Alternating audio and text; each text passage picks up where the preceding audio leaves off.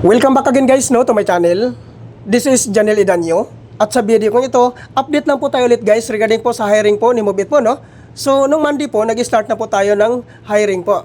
Continue po ito hanggang ngayon. So kung ikaw po ay isang professional driver's license holders, kung gusto mo pong maging isang part ng Move It Rider, pumunta lang po kayo sa Move It Training Facility po. Saan po ba ito matatagpuan? Matatagpuan po ito guys sa Grab Warehouse Marikina po. Yan po yung ipin location nyo sa inyong mga Google Map, ang Grab Warehouse Marikina. At doon nyo na po matatagpuan ang Move It Training Facility po.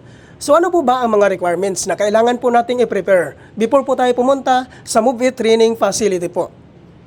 Ang number 1 po na requirements dito guys, which is yung Professional Driver's License. Number 2, Motorcycle ORCR. Number 3, 2020 and above motorcycle year model. Number 4, NBI clearance. Number 5, police clearance.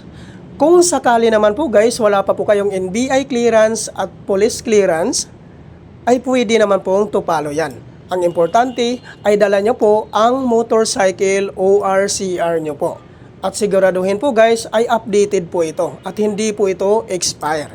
At regarding naman po sa mga sikanhan po na pagkabili ng kanilang mga motor, ay kailangan nyo lang po magdala ng deed of sale. Kailangan po guys, naka-notarize po yun.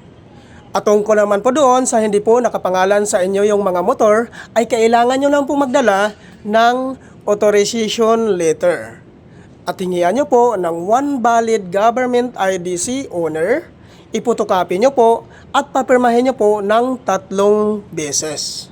Yan po lahat ang mga requirements na kailangan po nating i-prepare before po tayo pumunta sa Move It Training Facility po. At ano naman po ang mga previous na binibigay po dito ni Move It pag once ma-activate ka po dito? Yes guys, hanggang ngayon ay patuloy pa rin po namimigay ng previous po si Move It pag once ma-activate ka po dito. Ang number 1 po na previous dito guys, which is yung pre-helmet. Number 2, pre-jersey.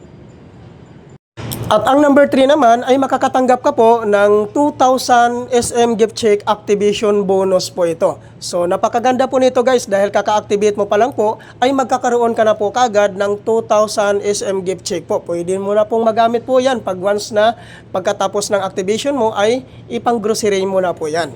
So yun po yung pinakamaganda po dito guys, no?